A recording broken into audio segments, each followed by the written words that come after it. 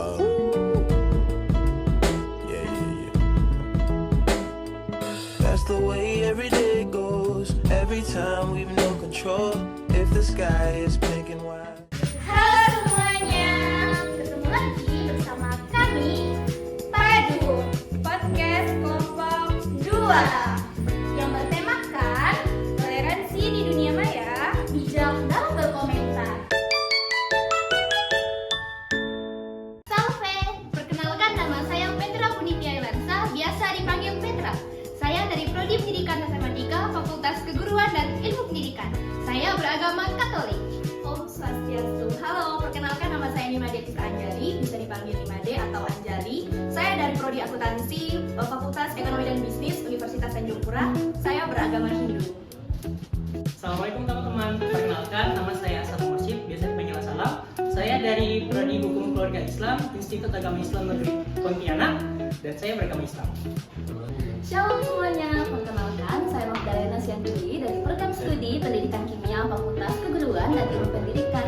Saya beragama Kristen Protestan.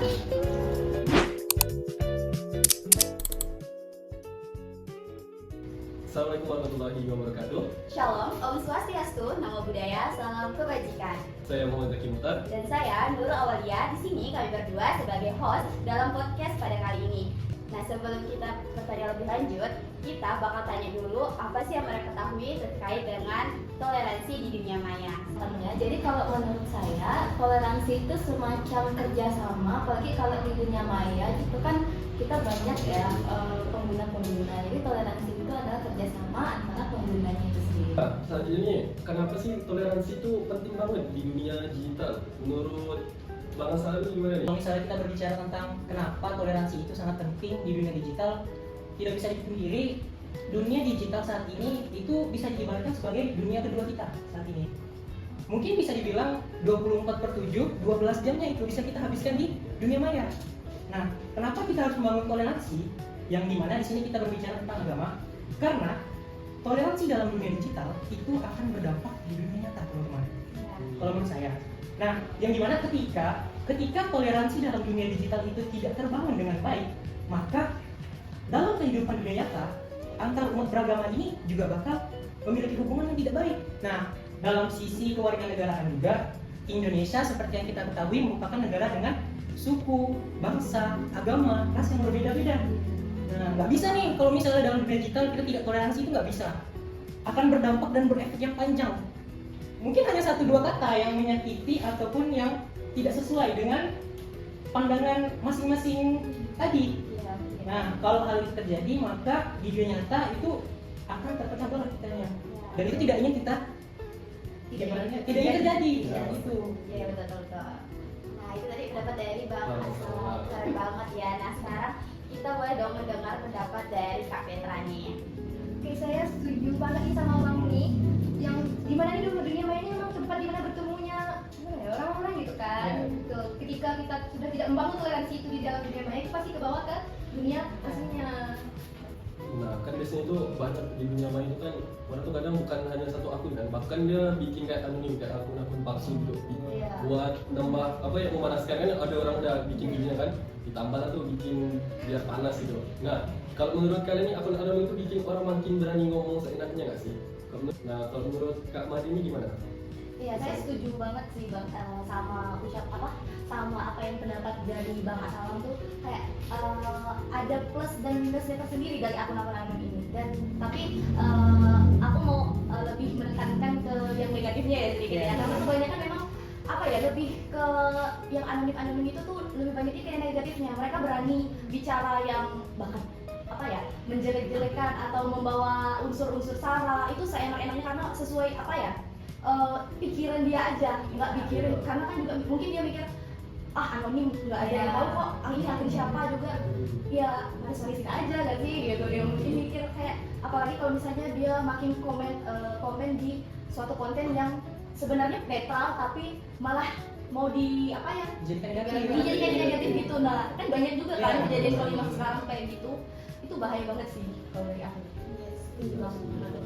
Apalagi apalagi kalau misalnya alam itu kan kayak akunnya kita nggak bisa tahu Iya. kayak siapa saya Iya. itu merasa aman Iya. kan, merasa aman tapi sebenarnya yang dilakukan tuh udah jahat banget dan salah satu tindakan yang melanggar kode etik sebenarnya. Iya. Dan yang bisa kita lakukan sebenarnya bisa kok, hal yang bisa kita cegah kalau ngeliat komen anonim yang itu kita bisa report akunnya, dan itu bisa buat ngurangin kayak aku di report, jadi kayak ganti akun pun mereka juga akan capek sendiri kan kalau di report akunnya satu.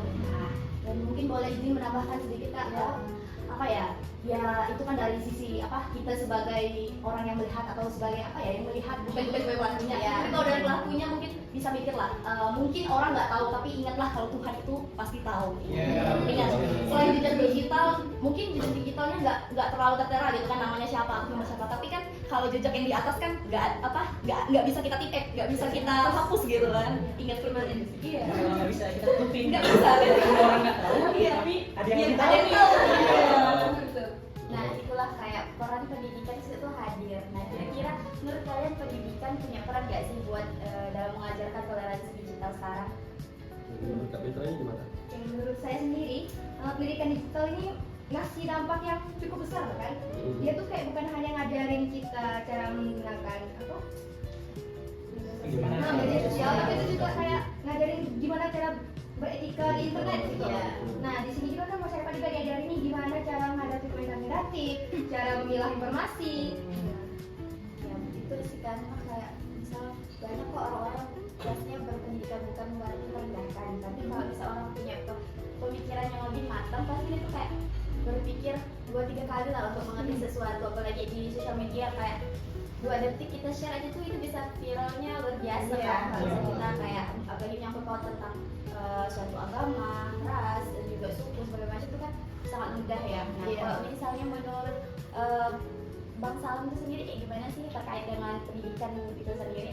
Ya, terkait pendidikan sendiri itu sebenarnya itu sebagai hal yang penting ya buat pemahaman untuk bagaimana beretika di media sosial, karena seperti yang kita tahu dalam dunia pendidikan itu sebenarnya bukan hanya mengajarkan yang namanya ilmu pengetahuan saja, bukan hanya mengajarkan bagaimana cara menghitung, bagaimana cara menulis, tetapi di sini lebih ditekankan bagaimana cara beretika Iya. ke siapapun itu, dimanapun itu, di dunia manapun itu, di dunia maya maupun di dunia nyata. Nah, yang dimana dalam dunia pendidikan ini bukan hanya terkait di universitas, di sekolah, tetapi di mana saja itu bisa menjadi dunia pendidikan sebenarnya.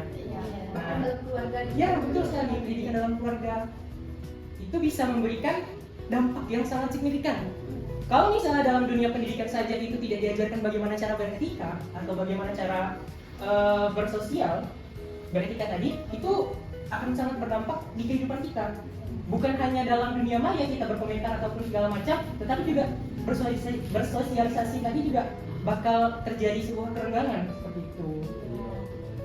Nah kalau misalnya melihat kayak komentar-komentar kayak itu kan kadang pun kita juga salah, kita juga jangan menjudge mereka juga tidak berpendidikan, itu juga belum pasti karena setidaknya pendidikan itu meminimalisir tindakan-tindakannya seperti itu. Nah kalau misalnya nih kadang kalau kita kalau kita melihat komentar yang kayak provokatif terus kayak menyinggung misalnya itu apa sih yang biasanya kalian lakukan terhadap komentar-komentar tersebut, itu dari Kak Magdani?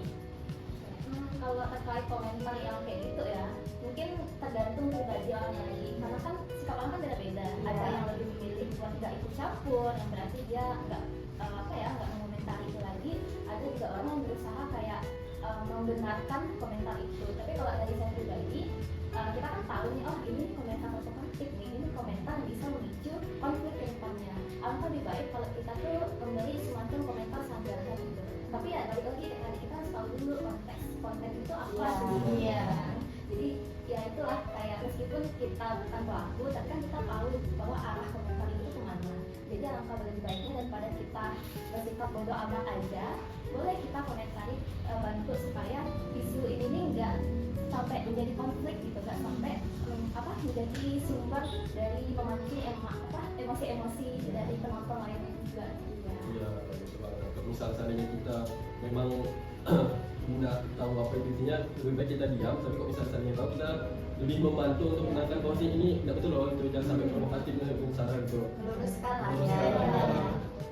Nah terus kalau misalnya kayak itu kan berarti kurang dong toleransi online. Katanya toleransi di dunia maya tuh kayaknya agak udah sedikit menurun kan. Nah itu tuh kayak gimana sih dampaknya itu dalam kehidupan nyata? Mungkin dari Kak Made sendiri punya persepsi apa nih terhadap yang kayak mungkin punya pengalaman pribadi terkait dengan toleransi di dunia digital, tapi itu tuh kayak sebenarnya punya dampak loh dalam dunia nyata itu sendiri.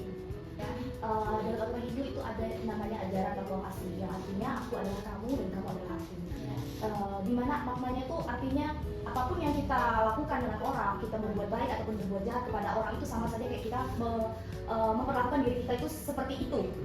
Nah jadi itulah yang harus membuat kita harus berpikir 2-3 ribu kali kalau ingin berbuat yang merugikan orang lain. Jadi kalau merugikan orang lain ya sama saja saya merugikan diri saya. Sebenarnya apa yang kamu tanam itu yang kamu tuai. Hukum karma. Ya benar. Sekarang kita udah dengar panjang lebar bahasa perkaitan toleransi dengan tamu-tamu yang keren. Nah sekarang kita mungkin bisa dengar kali ya pesan-pesan dari mereka terkait dengan toleransi di dunia maya atau di era digital sekarang. Oke, tadi kan kita udah ngomong panjang lebar banget ya. Satu pesan aja sih buat pendengar atau penonton semua dalam bermedia sosial. Tolong lebih bijak, entah itu dalam kalian berkomentar atau mungkin buat kontennya. Kalian pikir dulu, oh kalau aku gini nih, kira-kira orang lain apakah setuju, apakah orang lain tersakiti. Jadi lebih kepada berpikir panjang dulu sebelum melakukan sesuatu di media sosial itu. Dan alangkah baiknya juga kalau misal kalian itu menjadi bukan hanya penonton doang yang penonton pasif, tapi juga kalian boleh berinteraksi, tapi interaksinya yang positif. Nah mungkin pesan-pesan yang bisa saya sampaikan pribadi khususnya ya, dan juga untuk teman-teman semua yang menonton dan mendengarkan podcast ini, sebisa mungkin kita bijak dalam bermedia sosial. Kita harus berpikir apakah postingan, komentar atau apapun itu yang berkaitan dengan dunia digital itu apakah akan memberikan cahaya atau akan menorehkan luka. Nah, maka di samping itu selain kita menjadi netizen yang suka berkomentar, suka memposting, maka kita juga harus menjadi netizen yang cerdas juga dalam memilah dan memilih konten-konten dan postingan-postingan serta informasi yang kita terima di media sosial. Jadi kita harus menjadi netizen yang budiman. Oke, mungkin boleh satu pesan buat para penonton podcast Padu nih. Mungkin satu kata-kata dari saya, bijaklah di jari karena di situ karmamu terjadi. Sikat saja, bersiaplah, gunakan jarimu untuk menyebarkan kebaikan, bukan kebencian. Padu seru Dan padu mantap. Padu, bersiaplah. Aduh, keren banget. Semangat bertoleransi.